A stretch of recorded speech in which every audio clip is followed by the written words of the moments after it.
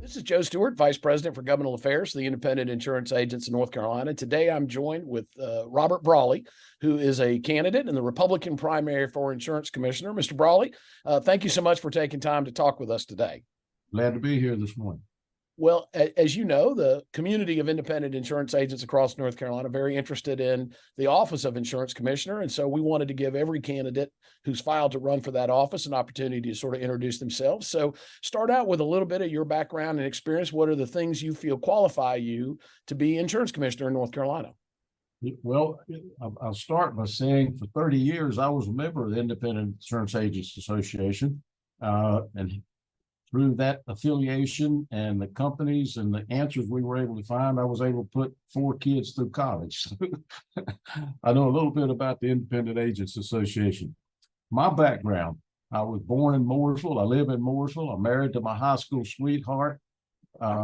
We have 5 children, 12 grandchildren, 4 great-grandchildren. I went to NC State, got a degree in engineering.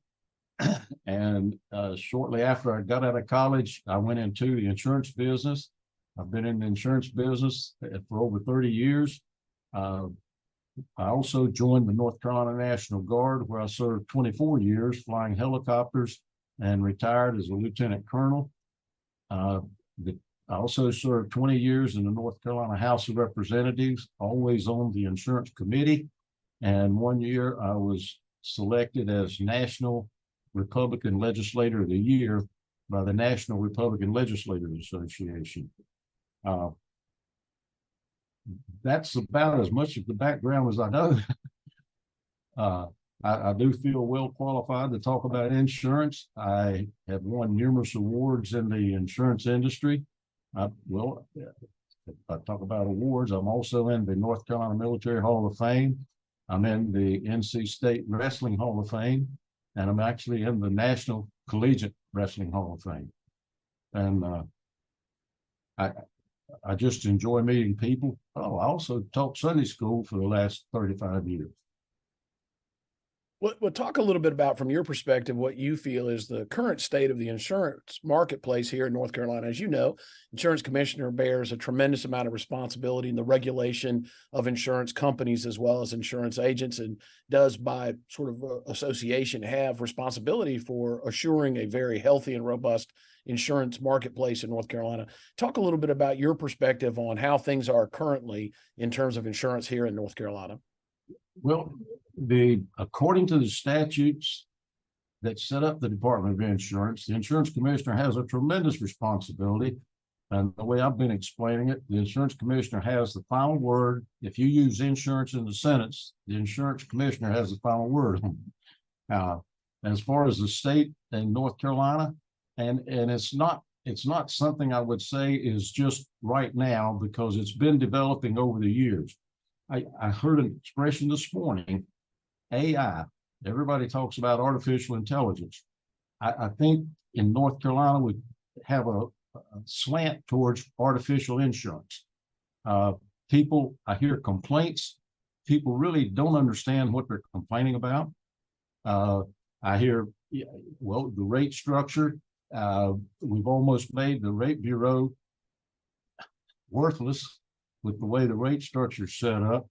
The terminology and the policies, people don't understand that. They buy a policy because they buy a policy a lot of times because they like their agent. I've been an agent for over 30 years.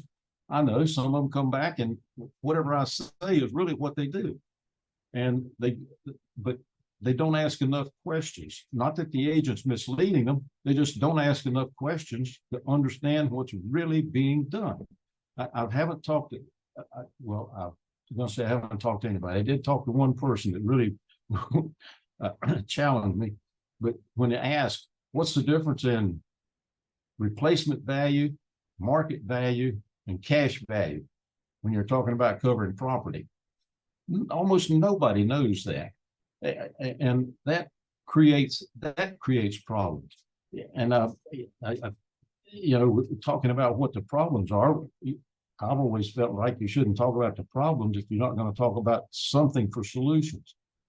One of the things I'll be looking at is see if we can't get a course in high schools to teach insurance, just so the public could understand what it is they're doing when they go to buy insurance. Because it's, as you know, the difference in cash value and replacement value on your homeowners, if you have a claim, you will find out what the difference is right quick.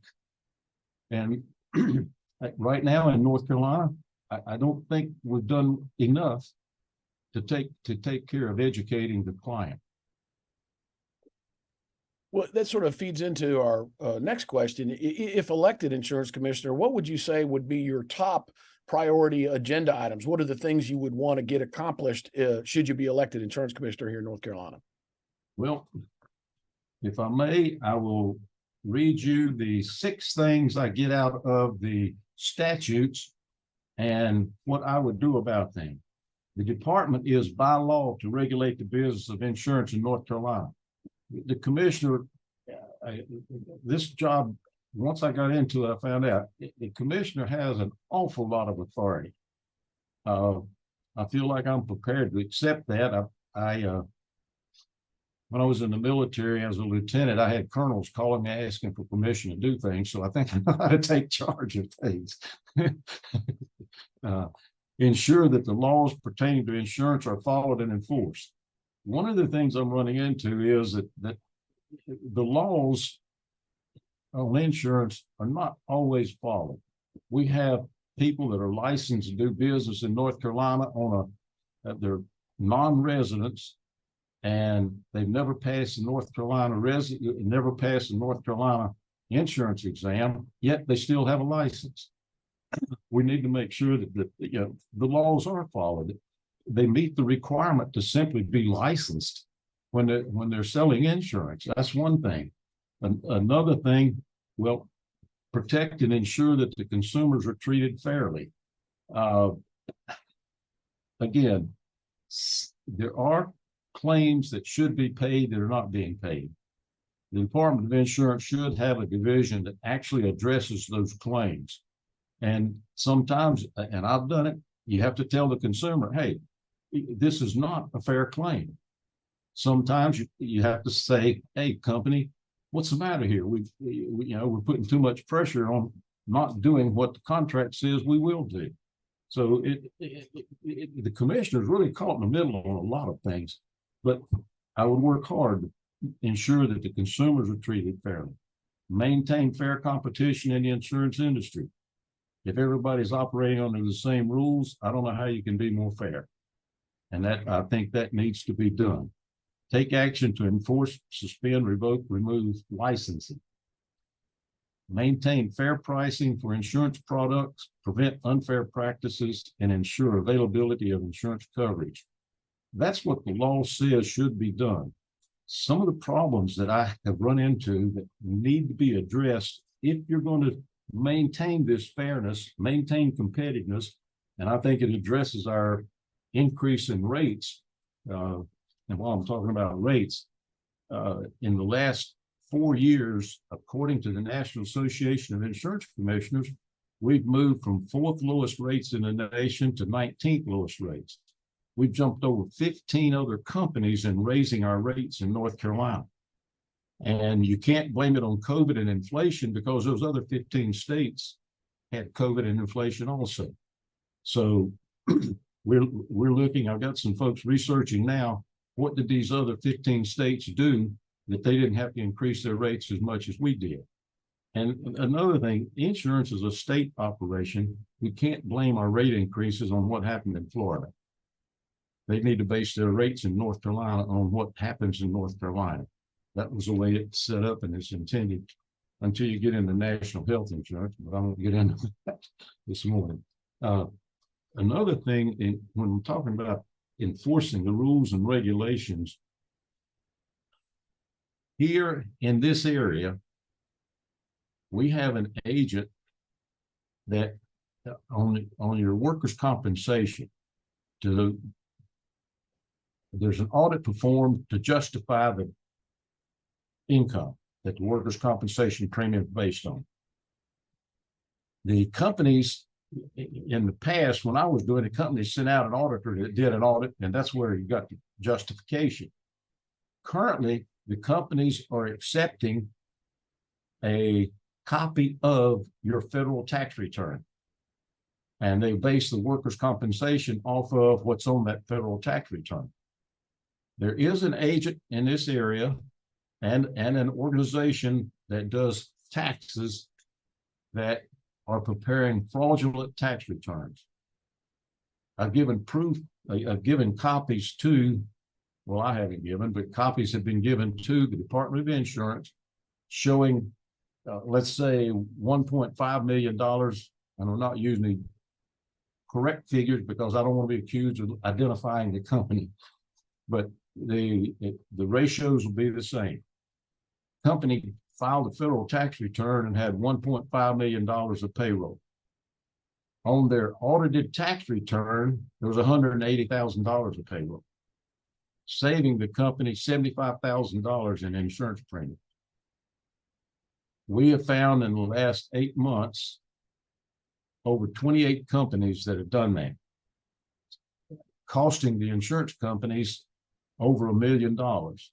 What does that do? That puts a bigger burden on everybody else that's paying insurance, and it makes our claims experience look worse. I don't understand why nothing's being done about it, because the evidence is all there, and it can be addressed, and it should be addressed by the Department of Insurance. But those are the biggest things that I would see as far as my priorities on what I would do. I do think the first thing I'd want to do is see if we couldn't set up some kind of system to educate the consumer so they know what they're doing. That would help both the insurance agent, the companies, and it would certainly stop a lot of the complaints that you hear in the community today. Next thing, equal enforcement of the rules and regulation.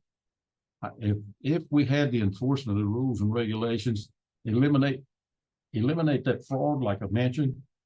If you eliminate fraud, you're going to help the insurance rates. That's got to be a big factor when it comes to making sure that everybody is treated the same. If we eliminate that fraud and apply it equally. Other than that, well, I can go on, but is there another question? Well, we'll give you a chance here as we wrap things up. You look into the camera and make your case for why you think you're the best candidate to speak here to the community of independent insurance agents across North Carolina. What you believe is the compelling argument for your candidacy for this office. Well, you said this is going to the independent agents. Okay, I'm Robert Brawley. For over 30 years, I was an independent agent in North Carolina. I have won awards in the insurance business. I have put 4 kids through college selling insurance. I served on the insurance committee and the General Assembly for 20 years. And I think I know and understand insurance. And I know how to address some of the issues that we're faced with and the challenges. And one of them right now is tightening on the commissions paid to agents. That needs to be looked into also. Why are we doing all this tightening up at the bottom when the CEO gets paid $25 million? I think I know how to address those issues. My degree is engineering with 6 more hours needed to get a degree in finance. So from one side to the other of the insurance business, I feel confident by working together, we can make the environment in North Carolina for insurance a much better place for all of us. Robert Brawley, a Republican candidate for insurance commissioner. Thank you so much for taking time with us today to talk to the independent insurance agents of North Carolina, talk a little bit about your candidacy for insurance commissioner. Thank you, Joe.